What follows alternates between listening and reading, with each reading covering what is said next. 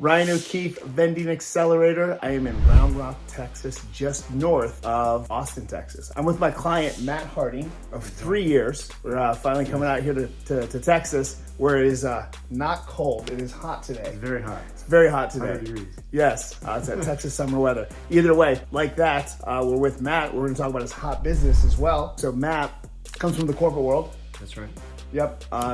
Supply chain, and now is full-time entrepreneur with Healthy Vending, with a vending machine business. More of a hybrid. He's got a very successful Healthy Vending channel of the business, and then he does more traditional vending with some other locations and machines. But why didn't you stick in the corporate world? I just wanted to follow my own dreams, and it wasn't something where I could be flexible and find my own path in life.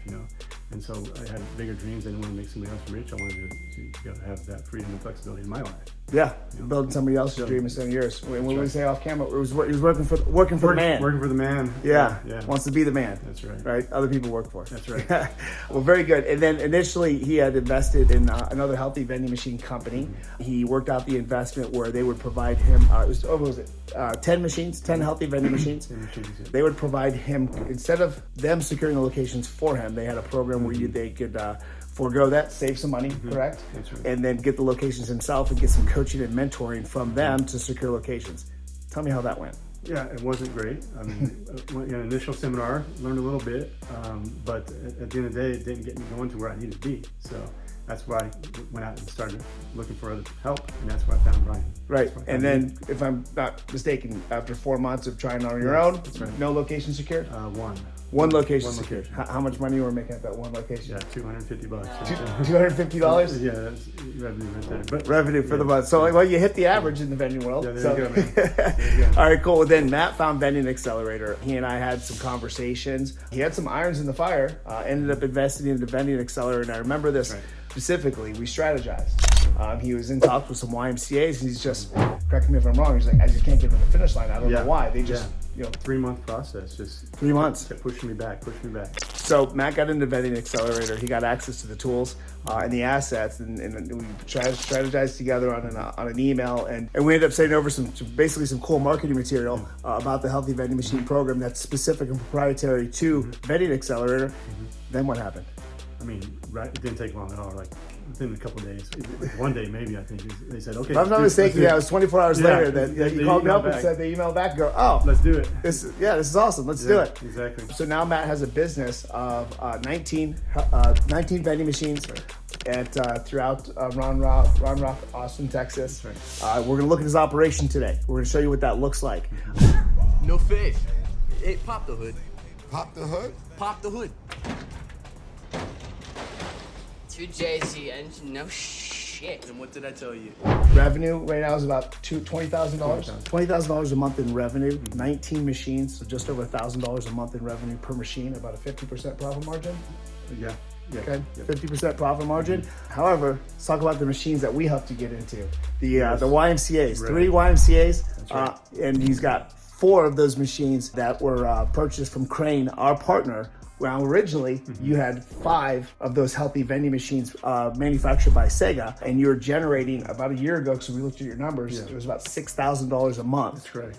For the 5 Sega machines, which are small machines. They're not built for high foot traffic locations. Are your YMCAs high foot traffic? Oh yeah. Yeah. A little bit. So Matt bought 1 Crane machine, then he bought 2 Crane machines. Now he's got 4 Crane machines and replaced those 5 Sega vending machines.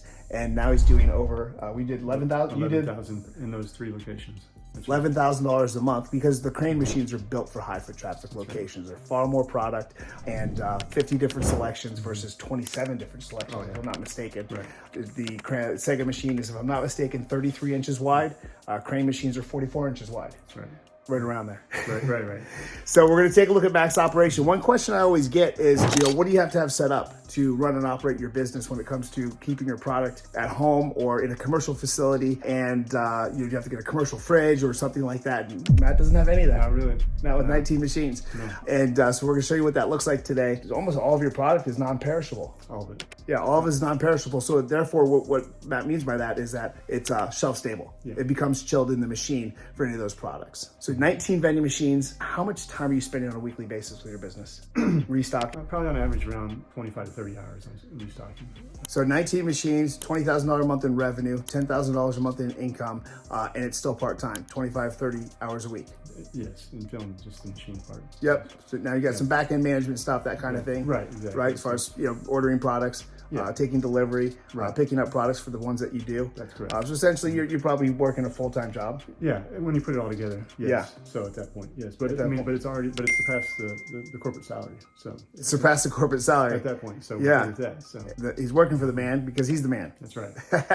So we're gonna take a look at his operation here, show you guys what that looks like, and we're gonna head over to some of the machines at the YMCA, and we'll see what that looks like as well. So this is a pretty simple setup, as you can see here. Matt has used a spare bedroom to store his dried goods in the closet. Just remove tops mostly from the boxes to grab snacks easily, and some containers. And over on the left-hand side, he's put up some shelving, about 4 foot of wall space, and goes right to the top with more dried goods and more snacks for him to easily grab and restock his machines. Okay, so you just saw Matt's snack setup. This is his drink setup. It's a little more extensive because, Matt, correct me if I'm wrong, drinks outsell snacks. That's correct. Yeah, so Matt's got a lot of drinks in here, and again, it's all shelf stable. Tell me about your process. How does this work for you when it comes to ordering, picking up products? Basically, three suppliers I go through. One of them's online that ships me the products, and then 2 of them are local that I can go pick up from. And it's a pretty quick process. You just order curbside for most of them. What's that process look like when you order from them? Is that online you do it? Yeah, that's online as well. Everything's online, and so that's what's great about it is that you have that order history. That everything's online, and so you know exactly what you need every time. So order online, go pick it up curbside. They're dump it in your vehicle, in your truck, and off you go. That's it. It's a quick process. Pretty simple. Very simple. So we've got Matt's drink selections in here. We'll pull the products. So how does that look for you, Matt, when you're ordering your products, and how do you know what to pull when it comes to the products that go in the machines? What does that process look like for you? So you have software that's connected to the machines. You know everything that's in the machines. You have inventory in the machines. You have inventory in your warehouse, and so you know exactly what you need in every single machine on a daily basis. So you're sharing with me how the software will actually be able to calculate sales based on your stock. It'll actually indicate to you when you should be ordering new product, correct? So I have, I keep everything in stock in inventory, and I can tell what's in my inventory in the warehouse. And so you have an order up to level set up in the software that gives you a trigger of when you need to order it. So you can order that daily, weekly basis, whatever you set that to. So which is key, because Matt's actually on the cusp of finally expanding his team to now we're no longer a one-man show and bring on an employee, especially if we get the large school district form in the area that we're sending a proposal out to next week. But the beauty of that is that Matt will no longer be in the warehouse, AKA his garage. And won't be in the warehouse, and without being in the warehouse, he'll still know when he needs to make orders without even being there, correct? That's correct. Makes it super efficient. Yes. And then you just obviously maybe confirm that with your employee and then put in that order. That's right. Okay, now you can see where Matt uses his household as his storage unit for his drinks and snacks, using a spare bedroom and then his garage for the actual drinks. Now we're going to head over to the YMCA. Big question I always get, do you need a commercial vehicle to restock machines? And Matt has 19 machines, and he uses his own personal vehicle, as you're not restocking every machine every day. And then with that said, he uses these bins. Now he uses color-coded bins, which is smart, I believe. The red tops is for drinks, and then the yellow top is for snacks. We actually provide those links inside a Vending Accelerator course, so you can buy those bins at the cheapest cost. Now we're going to head into the YMCA. Matt's going to roll those in, and then you're going to see what this looks like after just 2.5 days of service. Half day on Sunday, and then 2 full days on Monday and Tuesday. And as you can see here, the machine is predominantly empty. About 70% of the items have been sold.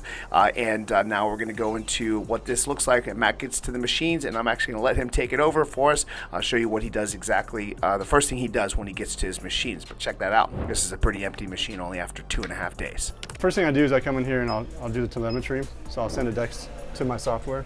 I already did it, so I don't want to do it again. So when you said a dex to the software, what does that mean? So that's sending the data from the machine from the past sales in between fills to my software, so I know what's been sold in the machine. Which is a lot of product got sold. Which provides the information for the inventory levels. And when were you here last? Saturday night, so after they close. So Sunday, Monday, Tuesday, really. Sunday's only a half day because they only open for 5 hours on Sunday. Yep. And then a little bit of Monday, day. Yeah, about 2.5 days. So. Got it. And we've got almost 70% gone. Yeah, so I'll go ahead I'll check a couple other things in the menu here. First, I want to test to make sure everything's homed. So you're testing the coils. Yep, Make testing sure the coils. everything, So everything the looks coils good. go back to the home position. They're all homed already, that's right. So once that's done, I check the monetary to make sure there's enough coins in. And so I can see how many quarters, dimes, and nickels I have. That's pretty good. I'm gonna leave it at that. 123 quarters is, I'm usually in the 120 range, try to keep there. Pull the cash. And then I'll just do a quick count real quick. You don't need to get down to it. What's your cash to cashless ratio? It's probably about 10 to 15% cash, 85% Cashless. Yeah, yeah. So it's mostly, obviously, cashless. So, all right. So that's $88. There were no errors. Also, if you look at this diagnostics, the only error was that somebody tried to buy something that was already sold out. So no big deal there. And then, so what I'm gonna do is I'm gonna go into my software. I'm gonna create a trip, which I've already done. I created the trip to tell the system that I'm gonna fill the machine. So what I'll do is I'll go into, there's an actual app for it now, and you go down and download that trip. Enter the trip results. It brings up the machine that I have. I'm gonna enter the cash number in. I'm gonna go verify that with the number in on the website, just to make sure. And it's pretty spot on. And so total sales for that 2.5 days is about $600, and 88 in cash. So that's actually about $589.50. And that's actually, it's gonna be a little bit more than that because that's not updated for today's sales. Once the telemetry data hits the software, that'll update for today. And when I finalize the trip, it'll show that number. So about $200 a day. Yeah. Right. $200 a day. It's one machine. It's pretty Awesome. accurate. It's pretty accurate. How many days a month is this open? Every day except for holidays. Every day except for holidays. Yeah. Yeah. Pretty good. Yeah. And of course, the very last step here, now that everything is up to speed with his software and the machine, making sure all of the coils are in its home position, all of the communication back and forth, checking all of the coin counts and numbers all through the software and the machine itself, which makes it super convenient, is to fully restock the machine. And Matt starts at the bottom with all the heavier items, of course the drinks in the bottom few trays, and then the snack tray, and then the chip trays with the lighter items for chips and bars and such.